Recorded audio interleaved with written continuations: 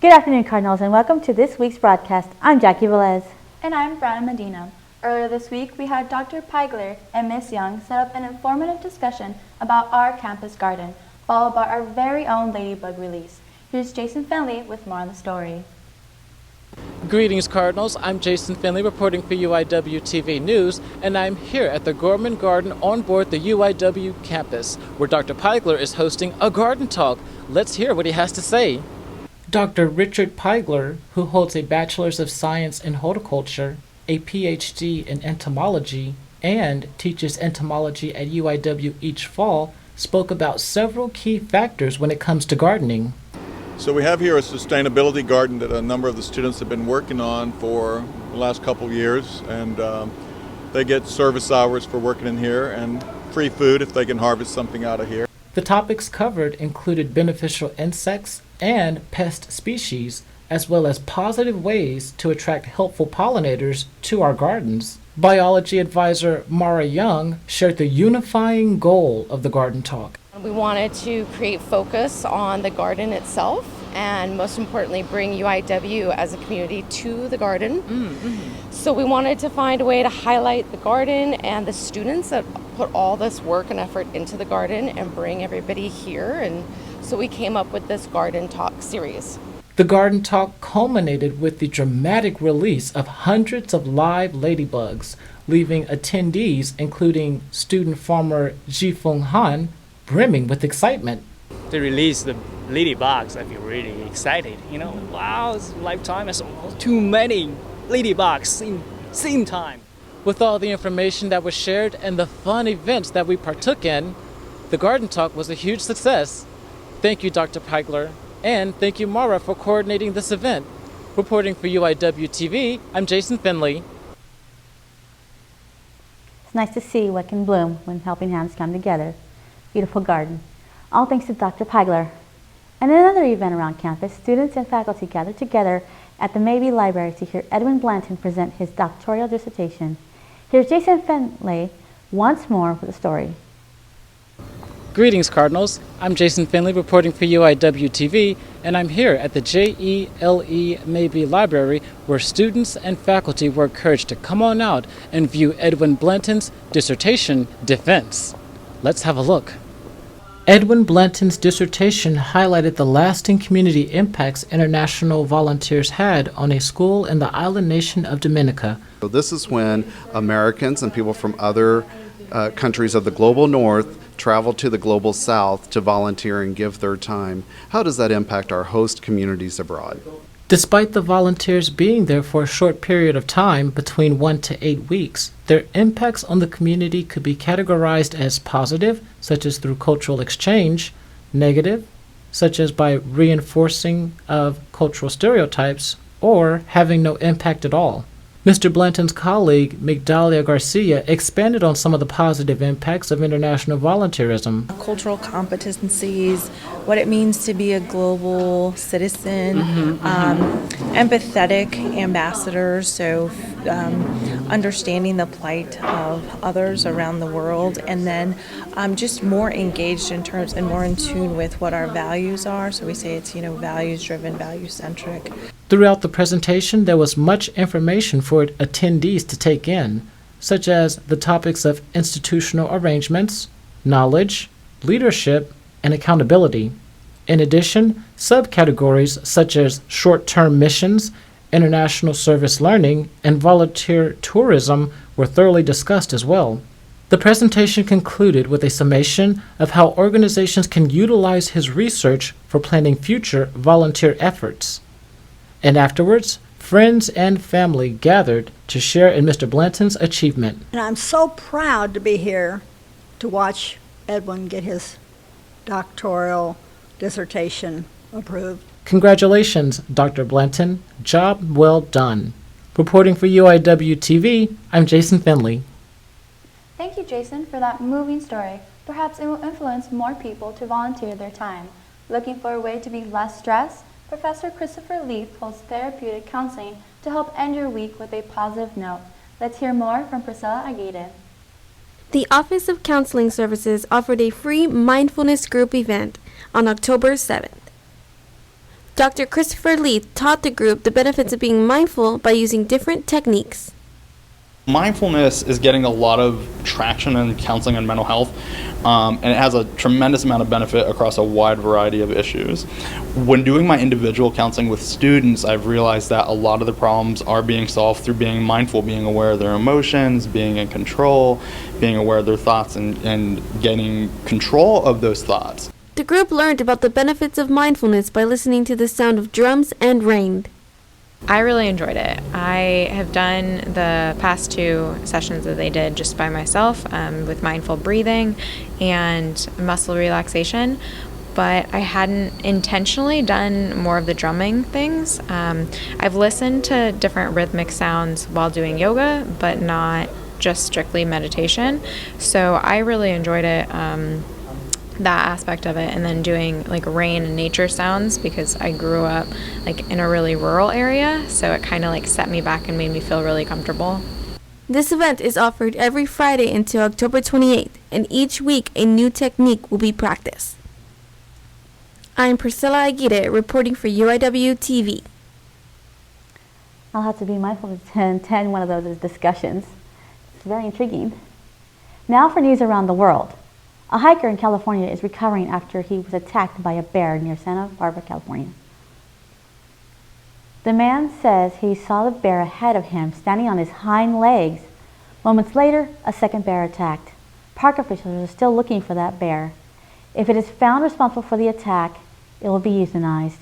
The hiker had some cuts and scratches as well as puncture wounds. Officials say there was no immediate threat to the Sierra Madre community.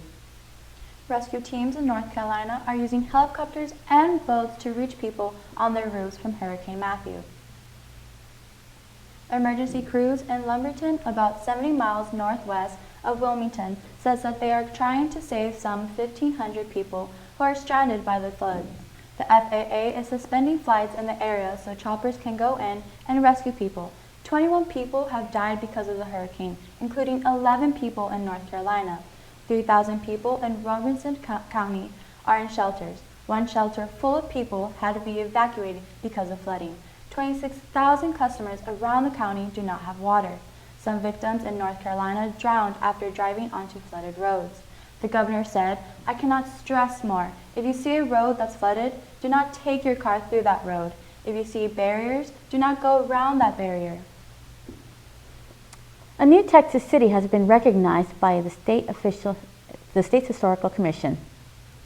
The Somerville Stadium and Yegua Center were both awarded its official T's historical marker. The designation honors the football stadium and civic center as important and educational parts of local history. With 15,000 markers, Texas currently has the largest marker program in the United States. A new study shows that several major health organizations receive funding from the nation's top soda companies, and many researchers are shocked. The data from Boston University shows that the Coca-Cola Company and PepsiCo sponsored at least 96 health groups between 2011 and 2015. Its co-author says this could have skewed the group's support for the public health measures and aimed at cutting soda consumption. Sodas have been blamed in the growing obesity epidemic in the U.S. and are associated with an increased risk of type 2 diabetes and heart disease. The American Beverage Association says in the statement that it's around to support organizations that improve public health. Stay tuned for your entertainment scoop. My name is Blake. I received a heart transplant when I was 2 weeks old. I play defense for the Red Hot Tornadoes. The best part about playing soccer is that I get to run around and have fun. Just because I had a heart transplant, I don't expect people to take it easy on me. I can still do anything they can do. Sometimes my heart starts pounding like faster and faster as I go. I know I have someone else's heart inside me. It makes me feel happy because someone was generous enough to give me a second chance to live. I feel like it's my responsibility to live each day to the fullest. And the thing I look forward to the most is having my own family. This gift of life was made possible by an organ donor. Imagine what you could make possible. Learn more and sign up as an organ, eye, and tissue donor. Go to organdonor.gov. Good afternoon, Cardinals. My name is Melina Juarez, and welcome to UIWtv Entertainment. We've got the scoop on the coolest things happening in and around campus. Around here, National Night Out is a pretty big deal, Cardinals. Did you know that our on-campus celebration holds the #1 title in San Antonio College category? The National Neighborhood Crime and Drug Prevention event is a chance for students to get to know their community and the UIW Police Department responsible for patrolling our school. Michael Elman goes out to see what this event was all about. Hi, I'm Michael Alaman, and this is National Night Out. The music is blaring, the people are playing, and the food? Well, let's just see where the food is at. National Night Out is a San Antonio-wide event. It's actually a national event. Because it's so hot in Texas, we celebrate in October instead of July like the rest of the nation. And this is UIW's National Night Out. We've won first in the college category the last 2 years, so we're looking for the three-peat this year. But it's an opportunity for students to come together, get to see some of the departments that are on campus that they can utilize as a resource, but then also be familiar with community agencies that can impact them during their college years or that could serve as a resource or a support network for them. I think National Night Out is a great way for the community to get together, especially out of college, for the community and the police to get together and get to know each other. You know, that way we're not just looked at as, you know, the police, but we're part of the community as well. Do you have any tips for the people at home who might be having their own National Night Out plans? Get to know people. Just get out and meet everybody. Get to know the officers that work in your community. Get to know your neighbors. And that's the best way to find out what's going on in your neighborhood and what's going on in the local communities. Just talk to people. This is Michael Alaman with UIWtv signing off at National Night Out. Thanks, Michael. Great people, great fun, and great music. If you love music and you're looking for other ways to connect with your fellow Cardinals, consider supporting UIW's Cardinal Jazz Band next time they perform at the Cove. Here's Jason Fenley with the story. Greetings, Cardinals. I'm Jason Finley reporting for UIWtv, and I am here at the Cove Restaurant off of West Cypress Street, where the UIW Cardinal Jazz Band is putting on a good show. There's going to be some great food and good music. Let's have a look inside.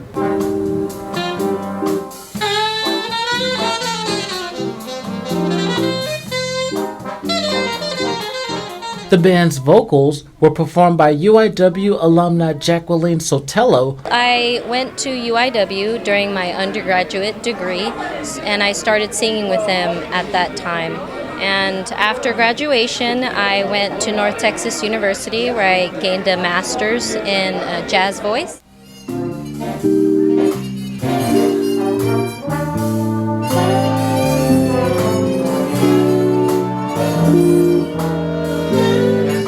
Between musical numbers, I caught up with the UIW Cardinal Jazz Band director, Jim Waller, to get the band's take on the audience's applause. You're right, there's been a lot of applause, and that's kind of part of what we play for. It feels good when you can tell they're really enthusiastic. It's not just polite applause, you know, at the end of it. It's enthusiastic, and we can tell the difference. Lead tenor saxophonist Roger Hogan, who was also a retired U.S. Air Force service member who played with Airmen of Note, shared his experiences working with the band. It's been a pleasure being able to play with the band and with Jim Waller, who is a wonderful arranger, composer, musician, and a beautiful person.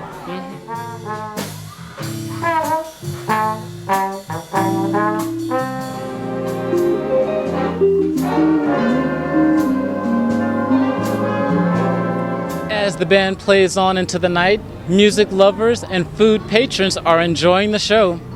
Thank you very much for the great showing tonight, UIW Cardinal Jazz Band. Reporting for UIWtv, I'm Jason Finley. Spectacular performance. To those who missed out, do not worry. The Cardinals Jazz Band performs at the Cove on the last Wednesday of every month during the school's year. It's important to support the arts, so grab a friend for some burger and relax with some jazz. It's no secret that basics are back and better than ever. San Antonio's own JJ Gonzalez is launching his own line of menswear that is sure to be a hit. We're getting an exclusive preview at his lookbook shoot.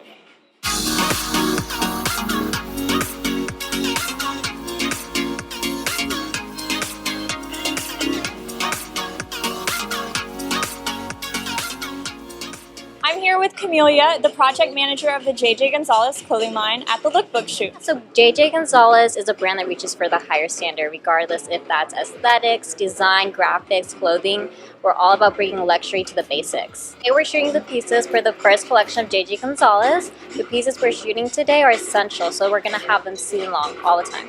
We have this philosophy where we want the personality to really come out to the people more than the clothes. We want the clothes to not overpower the people, using neutral colors like blacks, grays, whites, but at the same time making it very powerful. And people say, oh wow, I like your shirt. And it's just a simple t-shirt, simple tank top, but it's very powering at the same time. We worked with a lot of people, especially in Incarnate Word. We have a strong community that has helped us support throughout the entire line. So I heard that JJ Gonzalez is going to have a discount for UIW students. Yes, UIW students have been major supporters of JJ Gonzalez from the get-go, his clothing line, everything. So to show his love back, he's going to have a discount for them. UIW students can shop these styles and more online. Reporting for UIWtv Entertainment, I'm Carissa Rangel.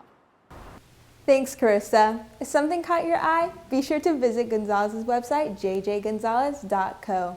And for a 20% discount, enter the code UIWstudent at checkout. That's all for today, but we'll be back in 2 weeks for more entertainment news. But until then, we have your Cardinal calendar to keep you busy. Students, be sure to attend upcoming events on campus like the Bomba Latina Festival on October 12th from 4:30 to 7 p.m. in the Sky Room.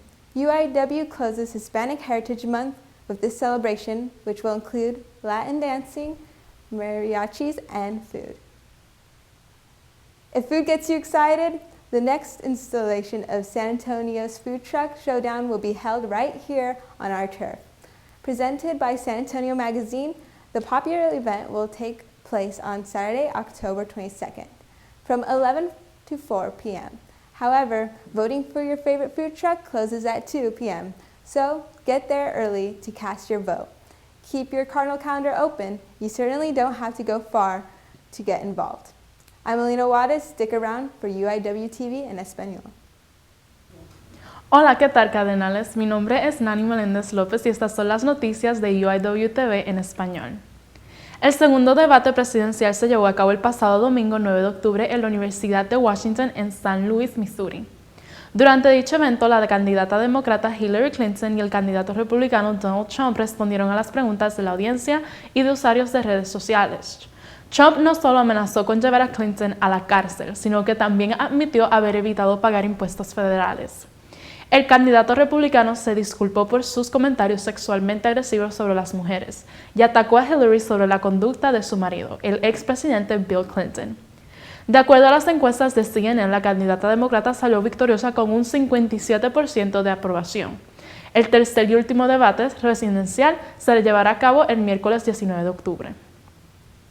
La compañía de teléfonos celulares Samsung ha suspendido temporalmente la producción del Galaxy Note 7, después de varios incidentes en donde los móviles se han encendido en llamas a causa del recalentamiento de baterías defectuosas. Dicha suspensión causó el retiro de 2.5 millones de teléfonos celulares en todo el mundo. El número de casos sigue en aumento, a pesar de que clientes han recibido teléfonos de reemplazo. La semana pasada, un estadounidense informó que su teléfono de reemplazo se encendió en llamas a pesar de que no estaba conectado a una toma de corriente. De la misma manera, el pasado miércoles la compañía aérea Southwest Airlines tuvo que cancelar un vuelo cuando otro Galaxy 7 se encendió antes de despegar.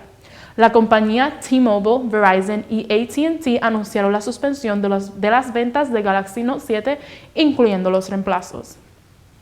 La compañía Nestle ha retirado del mercado los helados Drumsticks después que su equipo de producción en Bakersfield, California, obtuvo resultados positivos en un examen de listeria. Hasta el momento, nadie ha reportado enfermo debido a los helados y ninguno de los productos han salido positivo de listeria, acuerdo a la Administración de Comida y Drogas de los Estados Unidos. Los retiros voluntarios de los helados incluyen el paquete de variedad de 16 piezas, el paquete de vainilla con 24. Listeria puede ser mortal y puede causar graves infecciones a niños pequeños, ancianos y otras personas con sistemas débiles. La compañía Nestle insiste que los clientes no coman el helado y que los devuelvan tan pronto posible al lugar en donde fueron adquiridos o que contacten al servicio de consumidor de Nestle. Bueno, cardenales, estas son las noticias en español por el día de hoy. Soy Nani Meléndez López y ahora los dejo con el segmento de los deportes. Hey there, Cardinal fans. I'm Alex Trevino, and thanks for watching UIWtv Sports. Well, let's talk football. Our Cardinal team set numerous programs records against number 2 Sam Houston State on Saturday night at Benson Stadium.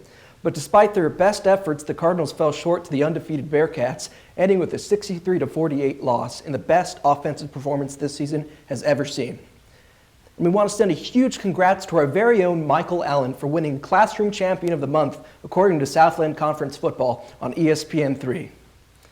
Volleyball also took on Sam Houston Bearcats, as well as the SFA Lumberjacks. The team fell short in both matches, losing to both teams 3-1. The Cardinals are now 2-4 at home so far. In men's soccer, the team got away with a 2-1 win against the Nevada Las Vegas Rebels at home on Saturday. Big leaders of the game were Ronan Forner with 2 shots and O'Neal Moore and Ben Conaway, each with 1 assist. The Cardinals are playing away the next 2 games, but be sure to catch the team at home on October 21st against Seattle University. Now let's talk about those runners.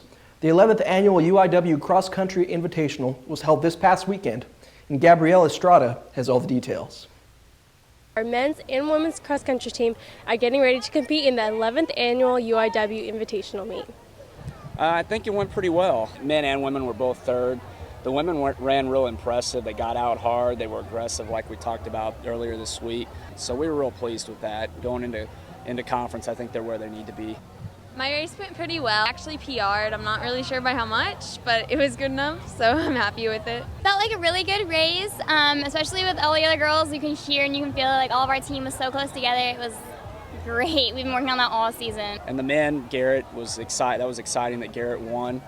Ran 24:04 or 24:05. It was a good PR for him on an accurate course. Yeah. So they took advantage of the nice weather this morning. At the beginning, I tried to take it out pretty fast and try to settle in with the group, pack UIW runners, and I think we executed that well as a team. With their home meet in the books, the men's and women's cross-country team are looking towards the Southland Conference Championships. We're going to taper off, continue taking care of the body, cut some of the workouts, modify a little bit. They put in the work that they need to be ready. It's just a matter of working on the mental aspect of it, cutting their mileage a little bit, helping them peak, and then the day of, they just have to perform. But they'll be ready. Our goal on the women is top 2. Goal for the men is top 4. For conference, I got top 15 last year, so this year I'm hoping to get top 10, top 5 is the ultimate goal. As a team, we're all close this year, so I think if we all stay strong and mentally prepare ourselves for this race, we'll do great, and we could be the top 3 teams. The UIW men's and women's cross-country team will head to SFA in Nacogdoches, Texas on October 28th to compete in the Southland Conference Championships. Reporting for UIWtv, I'm Gabrielle Estrada. Thanks, Gabby. Well, that's all we have for sports. I'm Alex Trevino, and stay tuned for weather.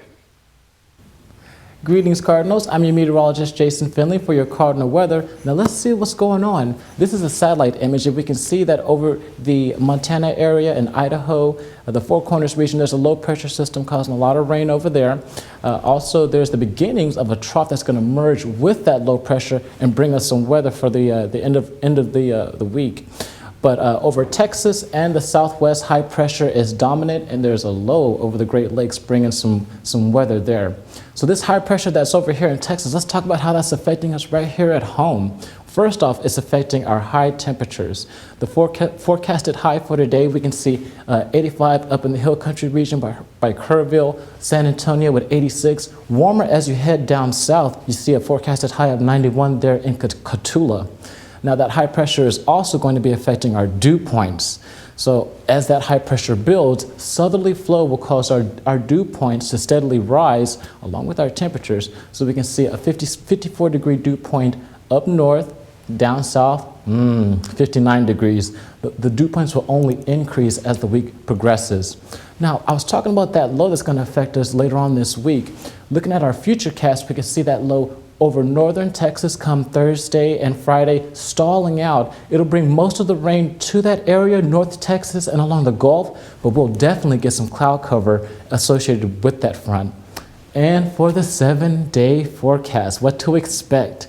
All right, so come tomorrow, temperature 89 degrees here in San Antonio. Thursday and Friday, the models are calling for a 20% chance of rain. That rain will be confined north of us in the Hill Country region and along the Gulf.